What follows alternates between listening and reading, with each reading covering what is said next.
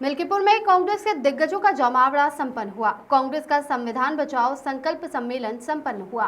सम्मेलन में कांग्रेस के राष्ट्रीय महासचिव अविनाश पांडे, प्रदेश अध्यक्ष अजय राय, आराधना मिश्रा, अखिलेश सिंह सहित कई नेता सम्मेलन में शामिल हुए थे।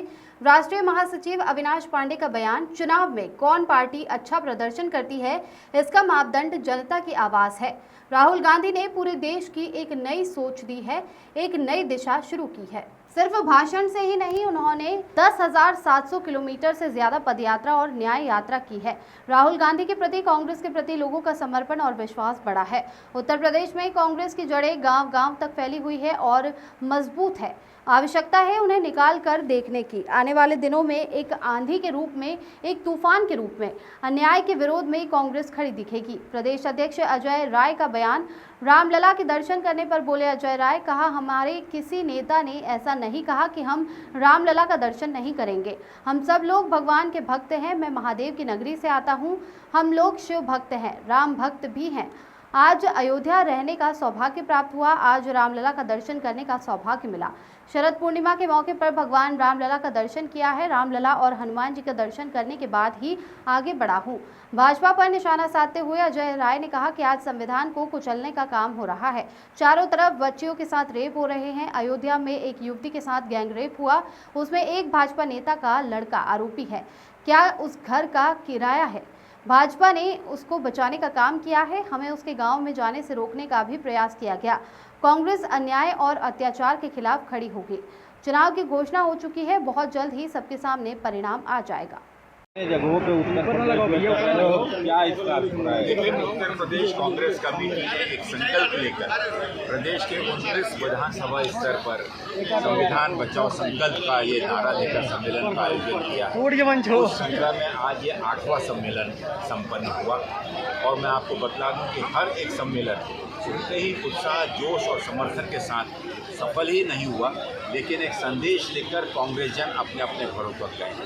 आज इस संविधान को बचाने का संकल्प इसीलिए हमें करना पड़ रहा है क्योंकि जिस प्रकार का प्रयत्न, जिस प्रकार से लोकतंत्र का गला घोटने का काम आज की वर्तमान डबल इंजन सरकारें कर रही हैं, उन सरकारों ने जहां पर एक अराजकता, अपराधियों का पूरा माहौल पूरे प्रदेश में फैला हुआ है, दिन दहाड़े हमारी माताओं के, बहनों की इज्जत उतारी जाती है, दिन दहाड़े गोली मारी दी जाती है, दिन दहाड़े लूटमार चल रही है और ऐसे अवसर पर संविधान को बदलने का एक आतंकित नारा देकर कुछ विशेष समुदाय को आतंकित किया जाता है कि आने वाले दिनों में संविधान को बदलकर उनके अधिकार और हक को भी छीन लिया जाएगा।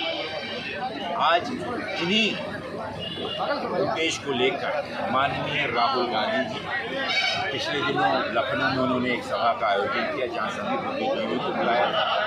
वैसा ही आयोजन इलाहाबाद में किया गया, वहाँ पर भी सब बुद्धिजीवियों को बुलाया गया।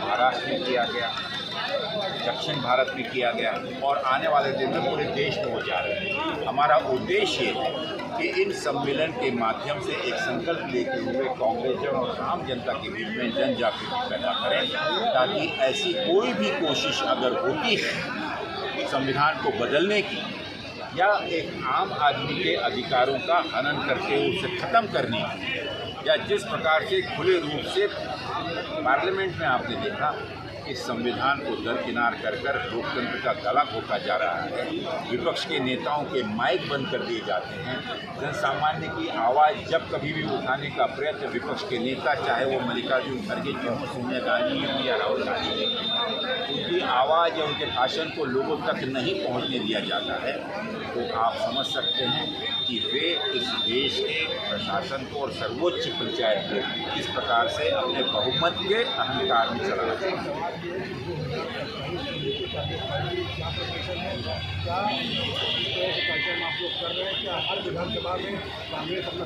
2024 के लोकसभा चुनाव में उत्तर प्रदेश की जनता ने 2027 का इशारा दे दिया।